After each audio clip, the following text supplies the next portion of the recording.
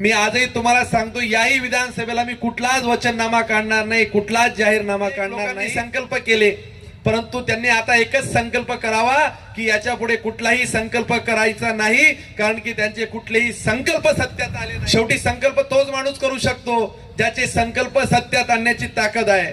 या 10 वर्षाच्या काळात सत्तेच्या माध्यमातून या चाळीसगावकरांना काय मिळालं? सर्व वांजोट्या अपेक्षांचं ओझं आपण ज्या लोकांवर लादलं, या शहरांना, या तालुक्याला 10 वर्ष 15 वर्ष मागे नेण्याचं काम, मी तर म्हणेल पाप काही लोकांनी केलं. अरे आपल्याला जर जबाबदारी मिळाली आहे, नुसतं बोलण्याने होणार नाही. तुम्ही प्रत्येक काम पहा. जी जबाबदारी मी स्वीकारली, जी जबाबदारी घेतली आहे, तिच्यात पूर्णपणे जीव ओततो. आपल्या माणसांना मला काही द्यायचं आहे, मला या गावाचा बदल करायचा आहे, ही भावना घेऊन मी काम करतो. प्रत्येक कामामध्ये जीव ओतल्याशिवाय होत नाही. मंत्रालयाच्या पायऱ्या झिजवतो. जर तुम्हाला म्हणजे अनेक लोक तुम्हाला सांगतील, मी कितीतरी अशा प्रशासकीय फाईल आहेत की ज्या हातोहात संपवल्या. या चाळीसगाव शहराला नवीन पाणी पुरवठा योजना यासाठी द्यायची आहे. पुढच्या 20 वर्षाला या शहराला काय काय लागणार आहे त्याचं पूर्ण नियोजन ते पण चांगल्या पद्धतीने आम्ही केलंय. जे आर्ट स्कूलला मी सांगितलं, मला या चाळीसगाव शहराचा नुसते हे 2च चौक नाही, मला चाळीसगाव शहराचा पूर्ण नकाशा बदलवायचा आहे. पुढच्या 15 वर्षात कुठले वनवे करावे लागतील त्याचं नियोजन आम्ही आज चालू केलंय. आणि याचे एवढे इस्टिमेट, एवढे डिटेलिंग चाललंय. जर कोणाला बघायचं असेल त्याचं सुद्धा आम्ही डेमो देऊ. आता विधानसभा जवळ आल्यामुळे त्याला राजकीय स्वरूप येईल म्हणून आता वाटेल की आताच का जागा झाला. मी आज जागा झालेलो नाहीये. ज्या दिवशी विधानसभेचा सदस्य झालो त्या दिवसापासून काम चालू केलं. 2 वर्ष विरोधात होतो, ते 2 वर्ष सोडले तर या 3 वर्षामध्ये या चाळीसगावकरांना एवढे सुखद धक्के बसणार आहेत की तुम्ही स्वप्नात विचार करू शकणार नाही. मी नुसतं परिवहन कार्यालय जेव्हा आणलं, 6 महिन्या माझ्या अगोदर GR निघाले होते, त्यांचे कार्यालय चालू झाले नाही. मी ते कार्यालय चालू करून तिथवरच थांबलो नाही. ती नगर परिषदेची इमारत आहे. नगरपालिकेची इमारत जर या लोकांनी सत्तांतर केलं तर पुन्हा खाली करायला लावतील. या लोकांना कुठेतरी जावं लागेल. आज जळगावचं परिवहन कार्यालय कोणी गेलंय का? 20-30 वर्षापूर्वी चालू झालेलं कार्यालय अजून सुद्धा जुन्याच अवस्थेत आहे. छोट्याशा 2 BHK मध्ये तिथं कार्यक्रम चाललेला आहे. तुम्ही धुळ्याला जाऊन पहा, नंदुरबारला जाऊन पहा. या 15-10 वर्षात ज्या 20 वर्षापूर्वी उपप्रादेशिक कार्यालय चालू झाले होते, ती कार्यालय जुन्या इमारतींमध्ये चालू आहे. चाळीसगाव एकमेव असा अपवाद आहे की 26 कोटी रुपये मी त्याचा काल GR आणला आणि तो GR इथं सोबत घेऊन आलो. आणि या आठवड्या 15 दिवसात जर आचारसंहिता लागली नाही तर आता, आणि जर आचारसंहिता लागली तर नंतर पहिल्याच 15 दिवसात 26 कोटी रुपयाची प्रशस्त अशी इमारत ऑटोमॅटिक टेस्टिंग सह या चाळीसगावकरांना मी देतोय. उपजिल्हा रुग्णालय आपण केलं, नुसतं तिथंच आपण उपजिल्हा रुग्णालय मंजूर केलं नाही, त्याला इमारत लागणार आहे. तुम्हाला सांगतो, पुन्हा मी 35 कोटी रुपये मागितले. 25 कोटी रुपयाची उपजिल्हा रुग्णालयाची माझी टेंडर झालं. त्याचं 8 दिवसात काम चालू करतोय. या चाळीसगाव शहराला उपजिल्हा रुग्णालय हे स्वप्न वाटावं. अगदी सर्व फॅकल्टींचे स्पेशालिटी तिथं राहणार आहेत असं उपजिल्हा रुग्णालय आपण चालू करतोय. तेही 1.5 वर्षाच्या आत. म्हणजे मी त्याला वर्षच सांगितलंय, तुम्हाला 1.5 वर्ष सांगितलंय, कारण की सगळे लोक हे रेकॉर्ड सांभाळून ठेवतात आणि तेवढंच सांगतील आमदारचे 1.5 वर्ष कुठे गेले. म्हणून थोडी 4-6 महिन्याची ग्रेस पिरियड ठेवली. 1.5 वर्षाच्या आत या चाळीसगाव शहराला आपण नवीन एक लोकार्पण करतोय. पाटणा देवीचा प्रश्न आपण पाहिला. कितीतरी लोकांनी पाटणा देवीच्या विषयाने शून्याचा शून्य ठेवला. गणित नगरीच्या नावाने इंटरनॅशनल गणित नगरी करू असं सांगितलं. कुठे आहे ती गणित नगरी? स्वतःचे राजकीय गणित चुकलीत आणि आता त्यांना कळालं की ती गणित नगरी राहिली. त्या गणित नगरीची काय परिस्थिती आहे तिथे जाऊन तरी बघा. एक साधी तुम्ही एक ब्रिज बनवला होता, तो ब्रिज सुद्धा काढून न्यावा लागला. तिथं जायला त्या मातेपर्यंत व्यवस्था नव्हती. गणित नगरीच्या नावाखाली जे राजकारण झालं, काही करू शकले नाही. हे सगळं चाळीसगाव तालुक्याने अनुभवलंय. त्याच गणित नगरीला, त्याच पाटणा देवीला 20 कोटी रुपये पहिल्याच टप्प्यात मी दिलेत. RPRची एक योजना होती. महाराष्ट्राचे 5 डेस्टिनेशन पॉइंट महाराष्ट्र सरकार बनवतोय. मी सांगितलंय चाळीसगाव घ्यावं लागेल. अनेक मोठमोठे त्यातले महाराष्ट्रातले वेल नोन सगळी नावं आहेत. चाळीसगाव म्हटले तर पाटणा देवी आम्ही ओळखतच नाही. मी म्हटलं म्हणून तुम्हाला घ्यायला सांगतोय. जर तुम्ही ओळखलं असतं तर कशाला नाव घ्यायला लावलं असतं. त्याची ओळख निर्माण करायची आहे म्हणून 200 कोटी रुपये मला द्या. 150 कोटी रुपयाचा प्रस्ताव आम्ही शासनाला द्यायला लावला. डेस्टिनी 2.0 केंद्राचा एक प्रस्ताव होता. मागच्या लोकप्रतिनिधींना माझा सवाल आहे, त्या प्रस्तावामध्ये महाराष्ट्रात फक्त 2 प्रस्ताव गेले, त्यातला एक चाळीसगावचा प्रस्ताव मी दिला. तुम्ही कुठल्या निद्रा अवस्थेत होतात की दिल्लीला तो प्रस्ताव जातोय तुम्हाला माहित सुद्धा नव्हतं. जळगावकरांनी चाळीसगावकरांनी तुम्हाला ज्या जबाबदाऱ्या दिल्या त्या जबाबदाऱ्या आपण कोणीही पार पाडल्या नाही. मी बोलणारा माणूस नाही, काम करणारा माणूस आहे. पूर्ण तालुका तुम्ही सगळेजण अनुभवताय. कितीतरी योजना आपण कमी कालावधीत केल्यात. आज तहसीलदारांची प्रांत निवासी असतील, प्रांत कार्यालयाचं ऑफिस असेल, त्यांचा एक प्रश्न येतोय. सगळे लोक म्हणताय की एवढं नियोजन कशासाठी चाललंय, हा जिल्हा होणार आहे का? मी त्यांना सांगितलं की आज हा जिल्हा होणार नाहीये, जिल्ह्याच्या सर्व सुविधा इथे येत आहेत. मी ऍडिशनल कलेक्टर ऑफिसचा प्रस्ताव तयार केला. इथं ऍडिशनल कलेक्टर ऑफिस किंवा IAS लेवलचा दर्जाचा एक अधिकारी इथं बसेल. सर्व जळगावला चालणारे हेरिंग इथं होतील. संगीतराव पाटलांना मी चर्चा केली की याच गावामध्ये आता 12 एकरामध्ये आपल्याला एक मोठ्या प्रमाणात एक न्यायालय करायचं आहे की जळगावला कोणालाच जावं लागणार नाही. ही सगळी कामं तुम्हाला स्वप्नावत वाटतील. 70% माझी कामं पेपरावर संपली आहे. थोडी काही कामं बाकी आहेत ती मी आता हातात घेतली आहे, ती कामही करतोय. हे याचसाठी तुम्हाला सांगतोय. मला विधानसभेला अनेक लोकांनी सांगितलं, माझ्या सहकाऱ्यांनी सांगितलं की तुम्ही या गावाला एक जाहीरनामा काढा.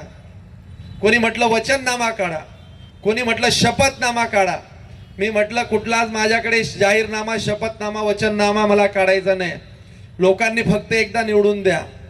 मी आजही तुम्हाला सांगतो, याही विधानसभेला मी कुठलाच वचननामा काढणार नाही, कुठलाच जाहीरनामा काढणार नाही. कारण की जाहीरनाम्यातले कुठलीच वचनं पूर्ण होत नाही. अनेक लोकांनी संकल्प केले, परंतु त्यांनी आता एकच संकल्प करावा की याच्या पुढे कुठलाही संकल्प करायचा नाही, कारण की त्यांचे कुठलेही संकल्प सत्यात आले नाही. म्हणून नवीन संकल्पना या चाळीसगाव येत आहेत, ते तुम्हाला आता बघायची मनाची तयारी ठेवावी लागणार आहे. शेवटी संकल्प तोच माणूस करू शकतो ज्याचे संकल्प सत्यात आणण्याची ताकद आहे. तुमच्या हवेतले सगळे गोळीबार राहिल्यामुळे तुम्हाला ती आता मनाला त्रागा होतोय. या चाळीसगाव शहराला तुम्ही खऱ्या अर्थाने खूप मागे नेलं. या रस्त्यांची परिस्थिती तुम्ही बघा. मी या तालुक्याला, या शहराला परमनंट सोल्युशन देण्याचा प्रयत्न करतोय. स्टेशन रोडच्या जवळच्या रस्त्यांची परिस्थिती बघा, कशा पद्धतीने तिथे रस्ते झालेत. पुढची 15 वर्षे तिथली रस्ते करावी लागणार नाही. आता विरोधकांनी विरोधाभास तयार करायचा, अगदी खालच्या स्तराचं राजकारण चालू केलं. पाटणा देवीला तुम्ही कोणी गेला असाल, तिथल्या अधिकाऱ्यांना सांगितलं की फॉरेस्टमध्ये अशा करण्याची परवानगी नाही, हे सगळं काढायला लावा. मी जिथे जावा तिकडे पाट्या दिसतायत, नावं दिसताय. का दिसताय? जो माणूस काम करेल त्याचं नाव दिसेल, त्याच्या पाट्या दिसतील. तुम्ही केलं असतं काम, आम्ही कौतुक केलं असतं. अरे मोठ्या मनाने स्वीकारायची आमची मनाची तयारी आहे. मी मागच्याच वेळेस सांगितलं की माजी आमदारांनी या गावाची पाणी पुरवठा योजना दिली, मान्य केलं. पण मी त्याही पलीकडे सांगतो की ती पाणी पुरवठा पूर्ण आता मी काढली आणि नवीन आणली, ती बंद करून टाकली. त्यांचा नावाचा विषय असा संपवायचा कामातनं. ती योजना संपवली, त्यांचे पैप आता जमा करून भंगारमध्ये विकले, म्हणजे त्यांचा विषय पाण्याचा संपला. छत्रपती शिवाजी महाराजांचा पुतळा मागच्या माजी लोकप्रतिनिधींनी केला. मी जाहीरपणे सांगितलं माझा यात 1 रुपयाचाही संबंध नाही आणि भविष्यातही मी त्याचं श्रेय कधी घेणारा माणूस नाहीये. परंतु छत्रपती शिवाजी महाराजांसमोर नतमस्तक होण्यासाठी हा चौक, त्याची स्वच्छता, इथलं अतिक्रमण काढून महाराजांनाही वाटलं पाहिजे की हाच माझा खऱ्या अर्थाने विचाराचा मावळा आहे की माझा आजूबाजूचा परिसर हा बनवतोय. ते काम आपण करतोय. आम्ही तर कधी टीका टिप्पणी केली नाही की महाराज छोटे झाले, घोड्यावरनं ते अश्वावरनं दिसत नाही. आम्ही कधी विचारही केला नाही असं बोलण्याचा. अरे महाराजांची नखाची सुद्धा आम्ही बरोबरी करू शकत नाही. मोठ्या मनाने स्वीकारायची मनाची तयारी लागते आणि मोठ्या मनाने तीच लोक बोलू शकतात ज्यांच्यामध्ये स्वतःमध्ये मोठंपण असावं लागतं. कद्रू मनाची माणसं दुसऱ्यांचं मोठंपण कदापि मान्य करू शकत नाही. हा चाळीसगावकरांनी पाहिलेला इतिहास आहे. येणाऱ्या काळात आपण अनेक कामं हातात घेतली आहे. आज रोहिणीची आणि 18 गावांची पाणी पुरवठा योजनेचं आम्ही पंपिंग स्टेशन चालू केलं. कधीतरी मी सांगतो म्हणून तुम्ही जाऊन पहा, क्युरियोसिटीने विचारा. अगदी बिलाखेड, डोन, दिगर या गावांना गिरणेचं पाणी मिळेल. तिकडचं ते बंद करा, तिकडे दूर नका सोडू. या चाळीसगावला कधी कोणी स्वप्नात विचार केला नव्हता की त्या गावांना पाणी पुरवठा योजना पूर्ण होईल. अगदी तिथं हार्ड रॉक आला, लक्ष्मी कन्स्ट्रक्शनचे प्रोप्रायटर ते म्हटले की हे खूप जीवावर जात आहे, आपण याच्यामध्ये तर आपल्याला तसा स्कोपच नव्हता. मी म्हटलं जे असेल ते तुम्हाला आता काम करावं लागेल, मला लोकांना पाणी पाजायचं आहे.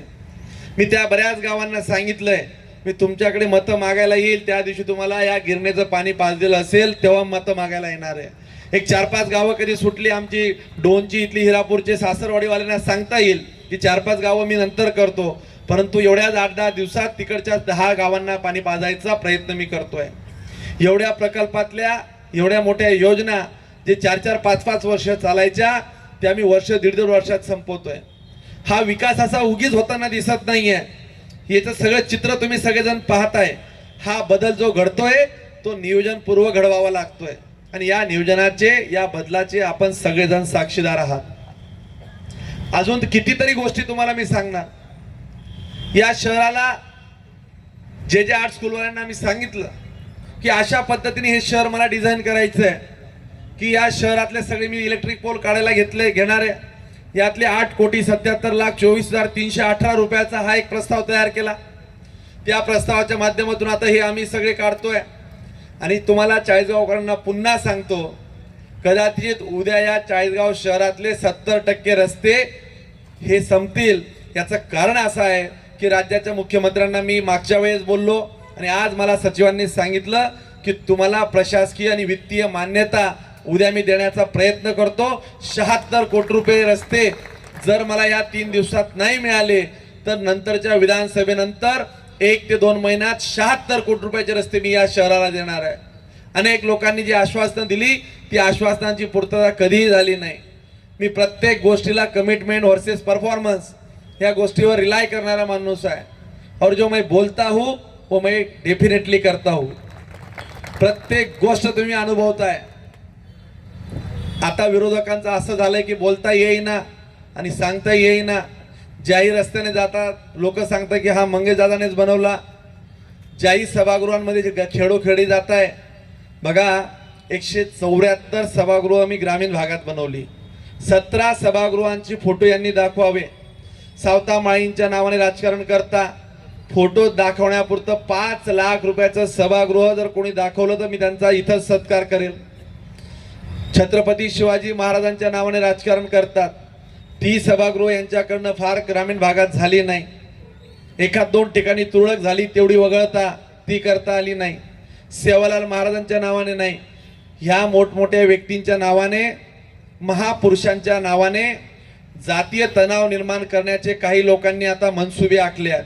जाती जातींना समोर आणायचं आणि एकच उद्देश की ती त्या समाजातल्या लोकांना मंगेश चव्हाणांपासून कसं तोडता येईल. परंतु हा तालुका हुशार आहे. या तालुक्यातल्या लोकांना सगळ्यांना कळतंय की हा माणूस सर्वांना सोबत घेऊन चाललाय.